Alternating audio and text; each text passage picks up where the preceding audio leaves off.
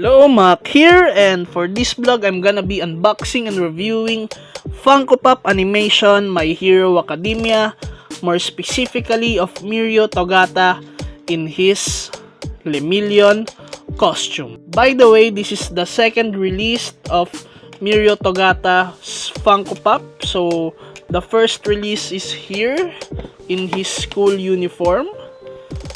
So, I'm gonna be comparing them side by side later in this vlog. First, let's unwrap this protector of this Funko Pop. So by the way, I purchased this at Hobby Stock. As you can see on the protector here, this is the name of the store, and I will put the link of their store in the description box below in case you want to purchase from them.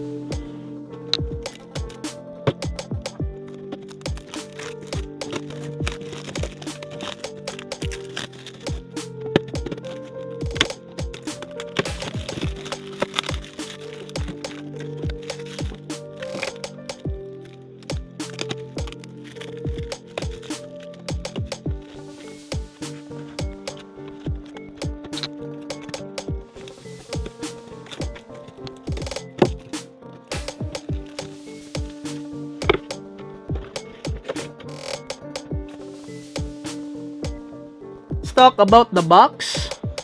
As you can see, it has some stickers on it, the glow in the dark sticker and the special edition. Also, there's a variant, or there's a version of this that isn't glow in the dark, but the pricing is not really far from the glow in the dark version, so I suggest on getting the glow in the dark version for the added gimmick or the added feature.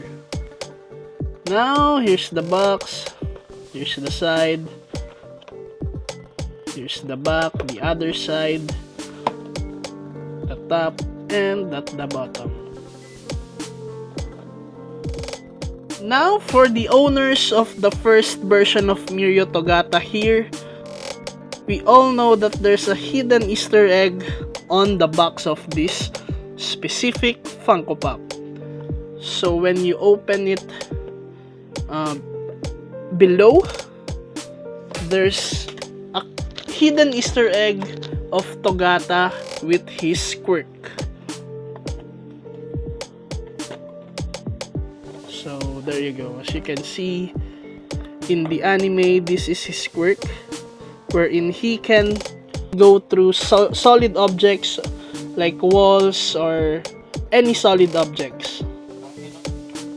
So let's see if the newer version of Funko Pop of Mirio has this quirk or this hidden Easter egg. Let's go. So here's the newer version of Togata. Let's see if there's an Easter egg on the box.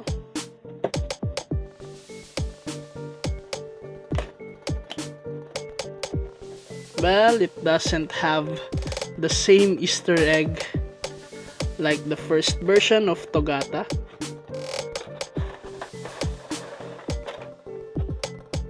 Let's take Togata here out of the plastic inserts.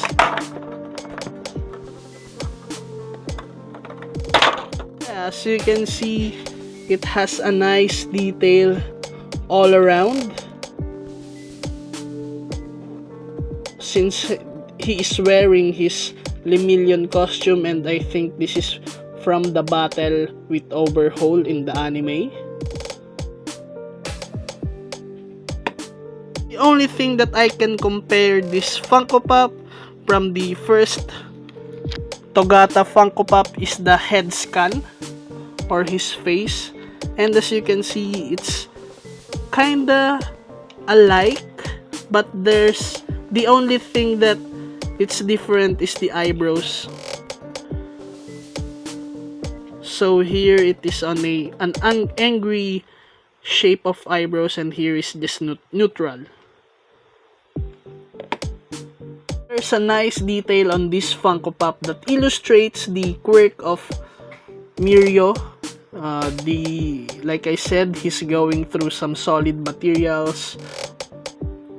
As you can see here, the stone or the piercing part of the stone is pierced through his foot. So that's one of the many things that he can do through his quirk.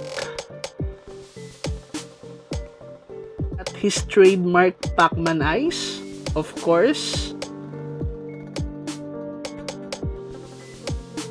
Let's put this Funko Pop on the rotating display disc and let's see the glow in this Funko Pop. So first, let me grab my UV flashlight. So you need this flashlight to charge the Funko Pop. So yeah, as you can see, there's that flashlight UV light. So I think the Funko Pop that is glow in the dark does not glow if you haven't charged it with this UV flashlight.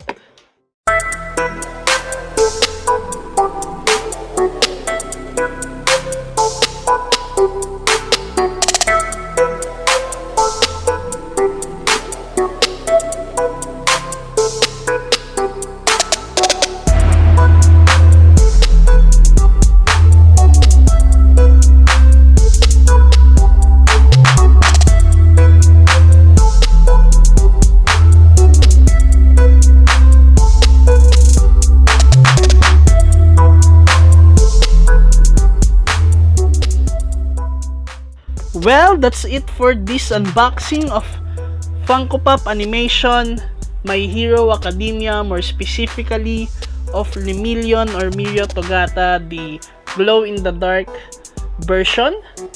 So yeah, I think you should get this other than the non-glow-in-the-dark version because the price is not really that far for the added gimmick, like I said.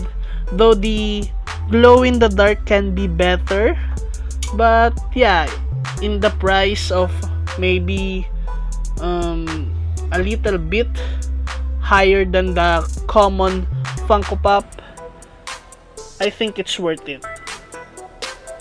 Don't forget to like, comment, and subscribe to my channel for toys, sneakers, and video game contents. Also hit that notification bell for you to be updated on my latest vlogs. Play those video games, collect toys, sneakers, and good memories. Thank you.